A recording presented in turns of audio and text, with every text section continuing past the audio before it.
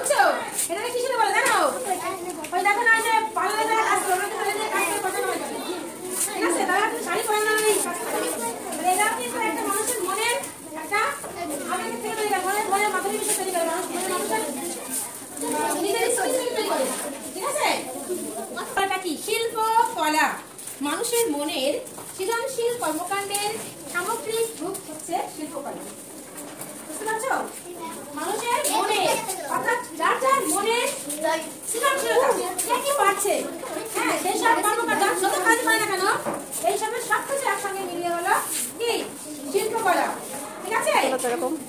আমরা বলি শিল্পকলা কাকে বলে? যেসব কাজে একটি জাতির চিন্তা শক্তি ও সৃজনশীল প্রতিভার পরিচয় পাওয়া যায় তাকে শিল্পকলা বলে।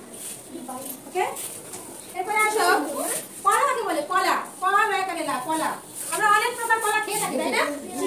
এই কলা কিন্তু শিল্পকলা নয়, বুঝতে পারছো? আচ্ছা দেওয়া কলা লয় কারেলা কলা, এই কলাটা হলো মানুষের কৌশল। ঠিক আছে? কলা আলাদা আলাদা করে রাখো এগুলো। আর্ট এ আর টি আর্ট এস আর্ট। ওকে, কলাটা কি জানো? মানুষের কার্যকলাপের মধ্যে যে বিশিষ্ট রূপ ভঙ্গি মানুষকে আনন্দ দেয় তাকে কলা বলে। মানুষের কার্যকলাপের মধ্যে আর মানুষ যে এটা তুমি তুলে ধরো করে না কেন এর মধ্যে যে বিশিষ্ট রূপ ভঙ্গি তোমারটা তুলো ভঙ্গি মানুষকে আনন্দ দেয় তাকে ওইটা তুলে ধরো, ওইটা তুলে ধরো।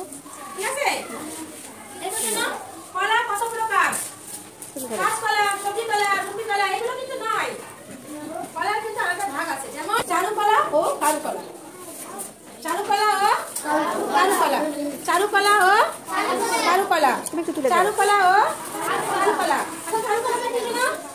শিল্পী তার আপন মনের মাধুরী মিশিয়ে স্বাধীনভাবে যে শিল্পটি সৃষ্টি করে তাকে চারুকলা বলে।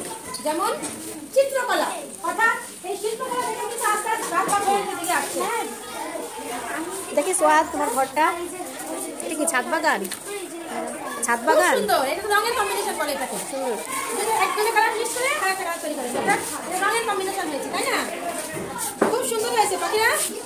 এবার কারুকলা কাকে বলে? কারুকলা যে কলা বা শিল্প প্রধানত দৈহিক ও ব্যবহারিক চাহিদার এটা একটু তুলে ধরো, তুলে ধরো। যেমন মৃৎশিল্প, মৃৎশিল্পের মধ্যে পড়বে। তুলে ধরো, তুলে ধরো, ওটা একটু উঁচু করে ধরো। রানী রাজনী ওটা একটু তুলে ধরো।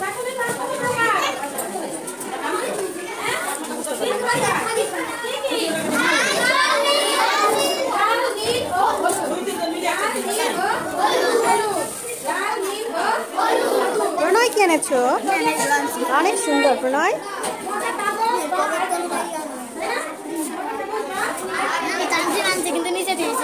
কেন তানজিম দেখাবে না?